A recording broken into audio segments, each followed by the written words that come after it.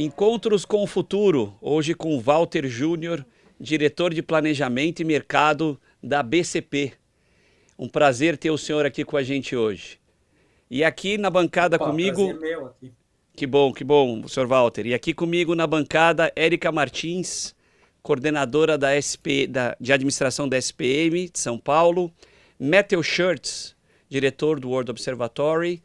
Encontros com o Futuro é uma iniciativa do World Observatory, da SPM Global Business e da Prime, que é o braço da ONU de Universidades de Negócio no Brasil e no mundo. Senhor Walter, um prazer ter o senhor aqui. Conte um pouco para a gente da missão da ABCP. Bom, a BCP é uma entidade bem antiga, né? Nós somos de 1936 e ela é um pouco diferenciada em relação a outras entidades pela abrangência do nosso trabalho, né? Então, vamos dizer assim, a gente tem três pilares aqui, né? O primeiro é genericamente um pilar institucional. Então, imagina, né? A indústria do cimento, ela minera, né? Então, ela tem um aspecto lá, vamos dizer, tirar o calcário. Então, ali ela está relacionada com os temas da mineração. Ela também é uma indústria, né? E a gente sabe que a indústria tem uma pauta muito grande no Brasil, né? A indústria foi perdendo competitividade, então são várias questões ligadas à indústria. A gente é cimento, especificamente, com toda a questão ambiental que hoje se tornou extremamente relevante. E a gente é construção civil, né?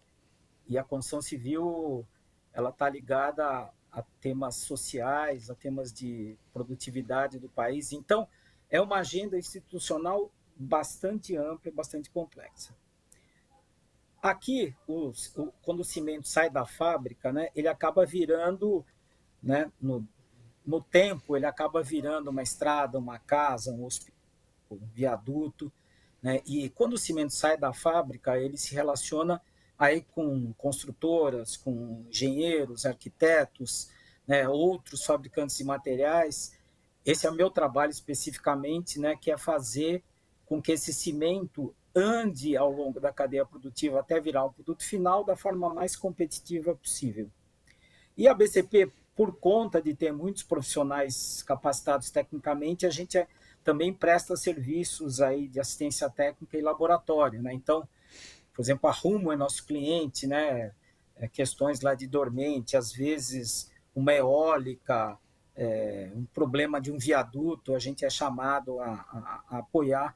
Então, essa é a abrangência que é bastante ampla da nossa entidade. E, senhor Walter, só para entender um pouco de números, qual que é o tamanho desse mercado, quanto ele gera de emprego, qual a importância para o país em números gerais? Então, é assim, né, o específico, a indústria de cimento, então, ela é uma indústria completamente vinculada à construção civil, né? Então, se você pegar o setor alumínio, aço, eles são, então tudo que a gente faz é voltado à construção civil. A gente, hoje no Brasil, são 23 players que existem, né, são 90 fábricas, com capacidade de fazer aí 94 milhões de toneladas, né? A gente, é, essa capacidade que instalada, ela veio muito num momento que o país estava crescendo lá, né? A gente tinha lá o Minha Casa Minha Vida, o PAC, e naquela curva de crescimento a indústria investiu muito para não precisar ter importação, né? Para capturar a oportunidade aqui dentro, né?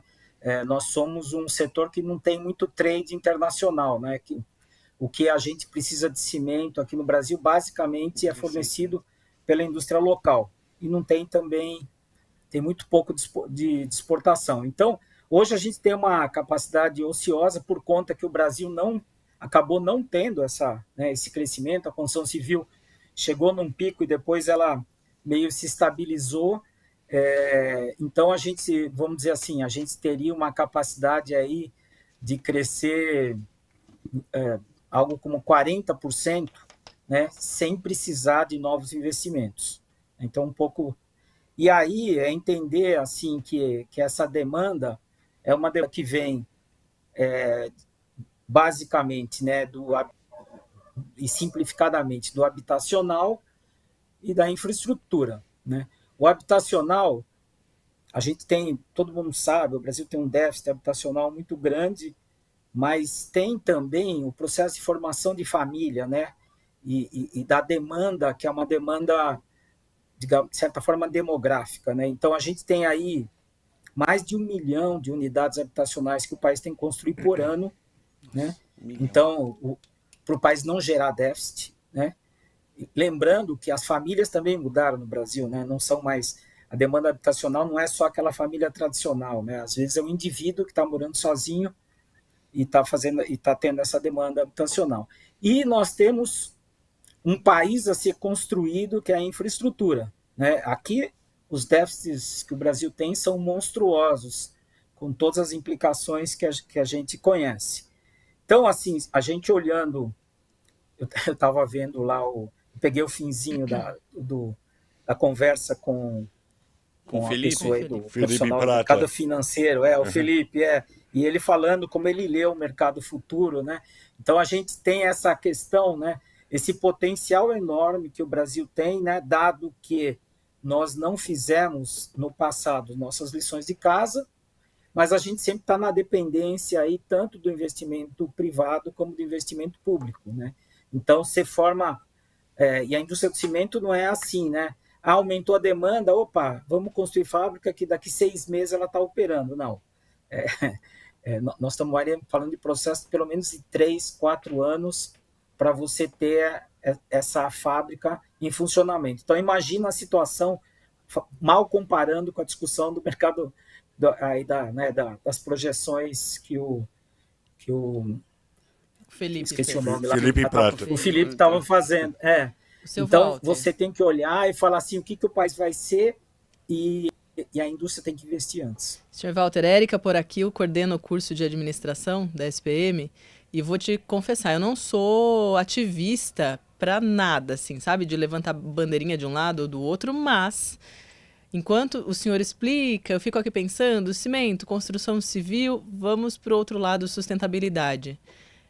Na minha cabeça fica meio contraditório, né? Tanto investimento, tanto tudo que se tem em relação ao que o cimento pode proporcionar e a ideia de ser referência em sustentabilidade, em ações sustentáveis. Conta pra gente um pouco como que é isso para vocês. Tá, esse é um tema, então, também bem interessante e complexo, né? Então, é assim, vamos olhar primeiro a indústria de cimento porta para dentro, né? Então, é assim, no mundo, a indústria de cimento tem uma pegada ambiental muito expressiva, vamos dizer, não são números precisos, aproximadamente 7% da emissão de CO2 do mundo, né? No Brasil, esse número, o nosso percentual de contribuição é algo aí como pouco acima de 2%, por 2 motivos.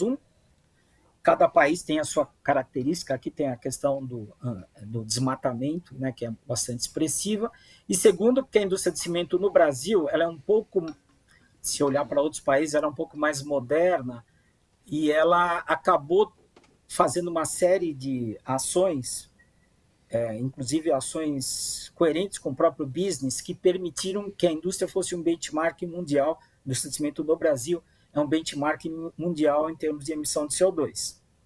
O fato da indústria ser um benchmark mundial não significa que a indústria pode parar e falar, bom, então eu já fiz minha lição de casa, né? Então, coisas importantes, né? Ainda mais no momento que a gente está acabando com... Não tem mais espaço para greenwashing, né? Quando o cara faz um discurso porque fez uma açãozinha e ele transforma aquela açãozinha em... fiz uma grande contribuição. Primeiro, a indústria do cimento, ela apura todos os números são auditados, isso internacionalmente. Então, é um dos pouquíssimos setores, pelo menos na construção civil, que tem isso, né? Que faz então, o dever de casa. Tem números, os números são acompanhados, ele gera uma curva, e essa curva é apresentada internacionalmente. Então, a gente tem no Brasil e tem no mundo isso. O que nós fizemos alguns anos atrás? A gente fez sem nenhuma demanda de governo, né? E sem uma demanda de mercado. A gente fez um roadmap. Então, a gente falou, como é que eu baixo minha pegada? Por quê? Como é que eu faço para baixar a minha pegada. Então, foi feito lá, e a gente fez isso com organismos internacionais, com universidade aqui no Brasil, de novo, né, com um padrão de gente de respeito e organizações de respeito qualificando o trabalho. Então, a gente estabeleceu o nosso roadmap e lá a gente tinha uma meta de redução de emissões. O mundo foi caminhando e foi piorando nessa questão climática. Foi formado um organismo internacional, a GCCA, né, que é um movimento mundial da indústria do cimento, a que a gente participa, né, e ali se estabeleceu que até 2050 a indústria do cimento tem que zerar suas emissões. Então, imagina, uma indústria, né, você vê uma fumacinha saindo dela, ela tem uma pegada ambiental, no Brasil menor, mas no mundo bem mais significativa, e ela definiu, por vontade, no Brasil, por vontade própria, a Europa já tem mais pressão, decidiu que a gente vai zerar as emissões. Então, esse é o nosso panorama, né? E a gente está fazendo uma série de lições de casa dentro da indústria, né? Então, é uma indústria já que usa coprocessamento, que tem racionalização da sua energia. O que é coprocessamento, por favor?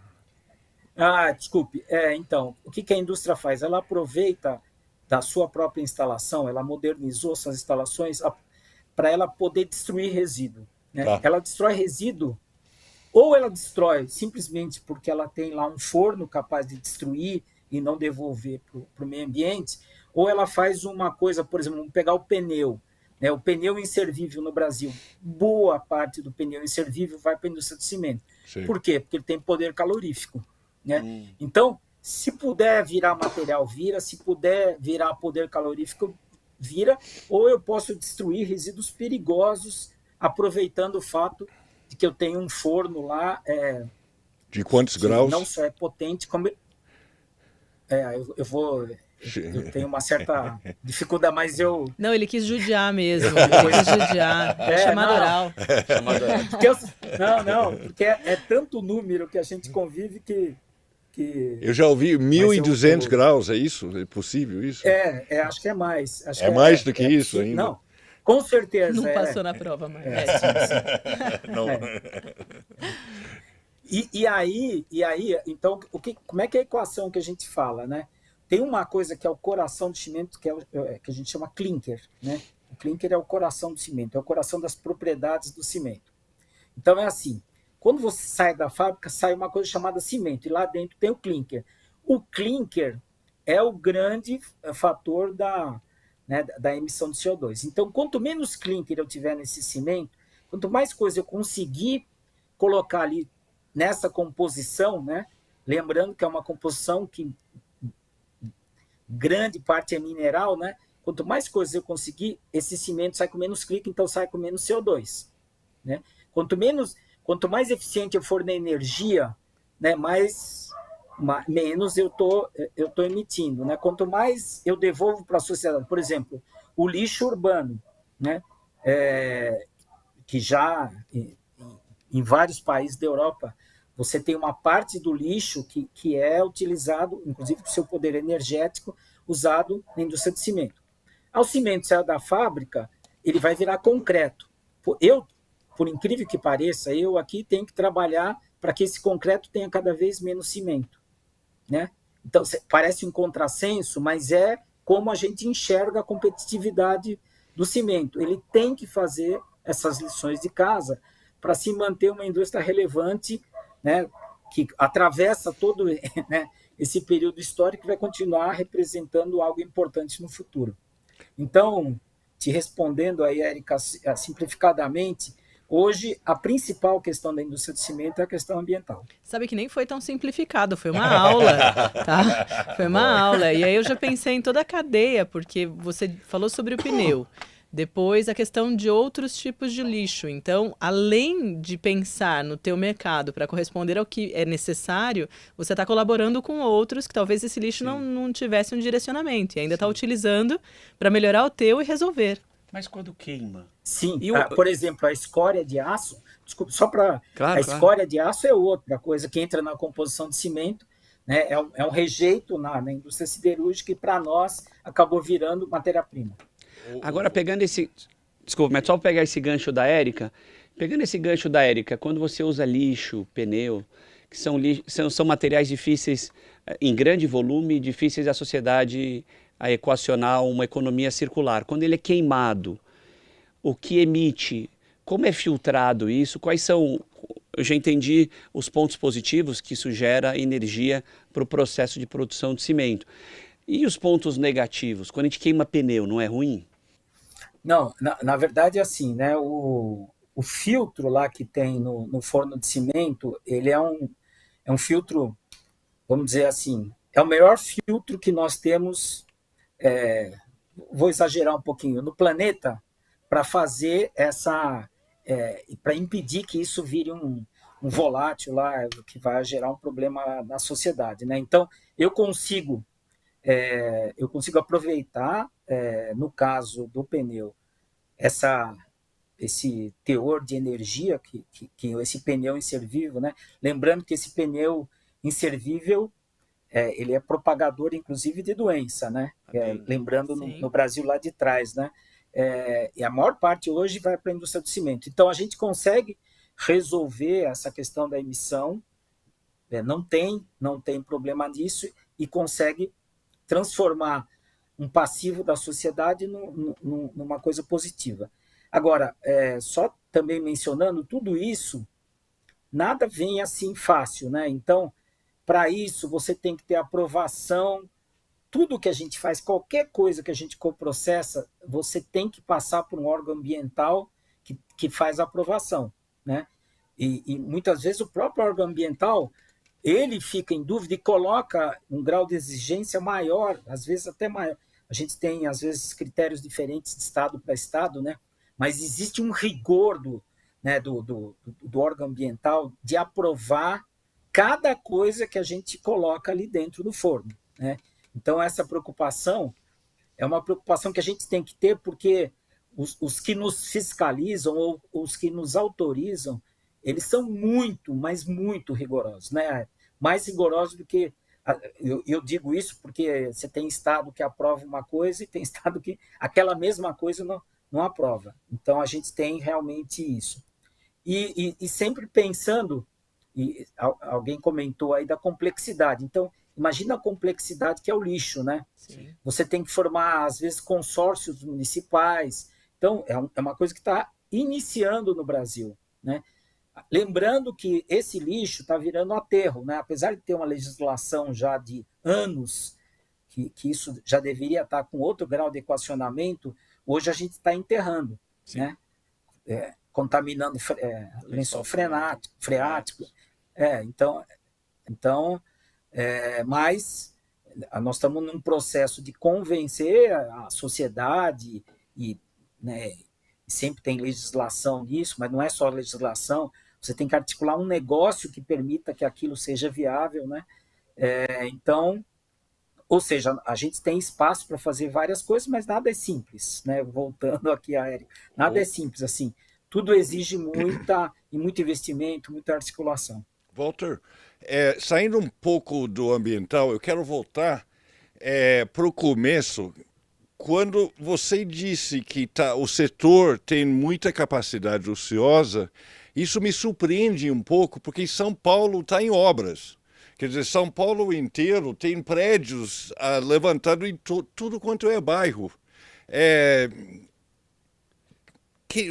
Por que está ocioso se tem tanta construção civil acontecendo aqui na cidade? Então, assim, né, o mercado imobiliário da cidade de São Paulo é um mercado com uma pujança muito grande, né? De fato, ele está com um bom nível de atividade, né? Agora, a gente precisa lembrar que o cimento é um pouco do Brasil, num certo sentido, no Brasil que investe, né?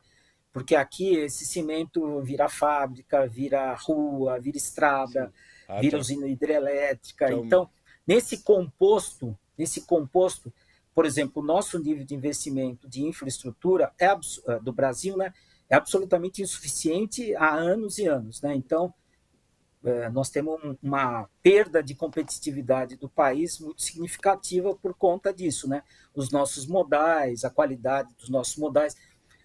tem lá aquele,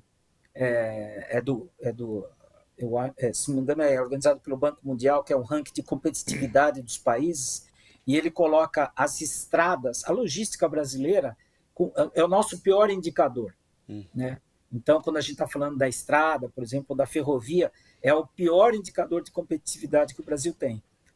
Então, nós precisamos investir. Né, tanto no lado social, a demanda social, como a demanda, vamos dizer assim, de um país mais competitivo, eles apontam para coisas que consomem cimento. Walter, então o mercado imobiliário, só para resumir, claro, é só um pedaço desse mercado. É porque o cimento vai... Sim. Tá, perfeito. É a base de qualquer obra. Só para falar que o residencial também tem um grande mercado, que é o mercado de reforma e de autogestão, né? Que é muito ligado à renda das famílias, né? Então, tem uma oscilação grande de consumo de cimento quando a renda das famílias sobe, né? Ou desce, porque a gente tem um estoque hoje habitacional, a gente está falando do estoque a ser construído, mas nós temos um estoque existente. Esse estoque existente, ele muitas vezes é não qualificado, então ele precisa de reforma ou a própria ampliação, né? Então esse mercado que a gente chama de formiguinha também, ele é expressivo. Walter, só uma última pergunta para fechar. Walter, você construiu toda a narrativa da indústria, da demanda e da necessidade de investimento. O que falta para o investimento aumentar? É segurança jurídica? É crédito quando a gente fala de habitação? É reduzir os juros para que o crédito aconteça? Na sua opinião, quais são os gargalos? Então, é assim, né? A gente, pegando na infraestrutura, né? A gente veio do passado, né? De uma situação em que o investimento basicamente era um investimento público, né? Então você tinha mais espaço orçamentário e você fazia investimento público insuficiente, mas tinha um volume, um certo volume. A gente sabe, né, que com a crise fiscal de anos aí do país, esse volume foi diminuindo e isso fez com que a nossa capacidade de investir com dinheiro público caísse. E aí, o setor privado, se a gente olhar na infraestrutura, é uma coisa ainda não bem equacionada, né? Tem muito a ver, assim, por um lado, tem um potencial do Brasil muito grande, né, de ser percebido como um país com um mercado potencialmente grande, toda essa questão do país poder ser um player energético, né, ou ambiental muito significativo nesse novo mundo. Então, tem aí uma coisa positiva e a gente precisa gerar confiança para que esse investimento ocorra, né? Esse é um processo que a gente sabe que é indas e vindas, né? Às vezes, fizemos lá as lições de casa e o mercado entendeu, ou criamos um ordenamento jurídico, né? Se a gente pegar, se a gente olhar isso no setor habitacional, o que aconteceu? Você teve política pública, você teve Minha Casa Minha Vida, mas também teve ordenamento jurídico, né? Então, se o cara não paga, eu resolvi essa equação? Resolvi essa equação, né? Lá atrás, não sei se vocês lembram, teve um prédio da Encol, que na época era uma consultora enorme, e aí você ficava assim, não, mas aquele prédio é da Encol ou é dos que estão pagando? Então, na área de edificação, você teve na área então, habitacional, teve um avanço muito grande. O marco regulatório dessa área avançou muito, né? E, ao mesmo tempo, você teve uma política pública muito eficaz. Só fazendo um parênteses de uma propaganda a nosso favor, né? A gente saiu de um market share nosso, sistemas que usam cimento, de um market share de 40% para 80% nesse período, né? A gente conseguiu, enfim, a gente tem um jeito de trabalhar junto com players, né, em cadeia, em comunidades, e a gente conseguiu avançar. Mas na área de edificação isso aconteceu. Na área de infraestrutura, que tem um ciclo de investimento de retorno mais longo, isso ainda não temos a equação dos nossos sonhos, né? A gente está com a expectativa positiva do PAC, né? O PAC está anunciando um volume de investimento privado, um volume de investimento público, com certeza vai melhorar em relação ao que estava, mas provavelmente a gente ainda vai estar longe do ideal para o país. Seu Walter, só antes do Pedro encerrar, eu sei que o senhor está aí como diretor de planejamento e mercado, mas pode assumir a diretoria de marketing, que já me convenceu, tá? Se tinha que convencer a sociedade, começou aqui comigo. Érica, só para te dar uma referência, eu tenho 2 filhos, né? O Pedro, que tem uma agência de marketing. Olá, é de casa. E a Gabriela, formada há 1 ano e meio aí na SPM. Ó, que legal! Tá explicado, é de casa. Então, eu tenho 2 filhos, eu não consegui convencer ninguém a ser engenheiro. Tudo bem, vai para a diretoria de marketing que está funcionando. Walter, muito obrigado pela entrevista, foi um prazer conhecê-lo. A entrevista foi excelente, foi uma aula do setor de infraestrutura e do setor de cimento. Obrigado mesmo, parabéns. Obrigada. Bom, obrigado aí pela oportunidade. Até a próxima.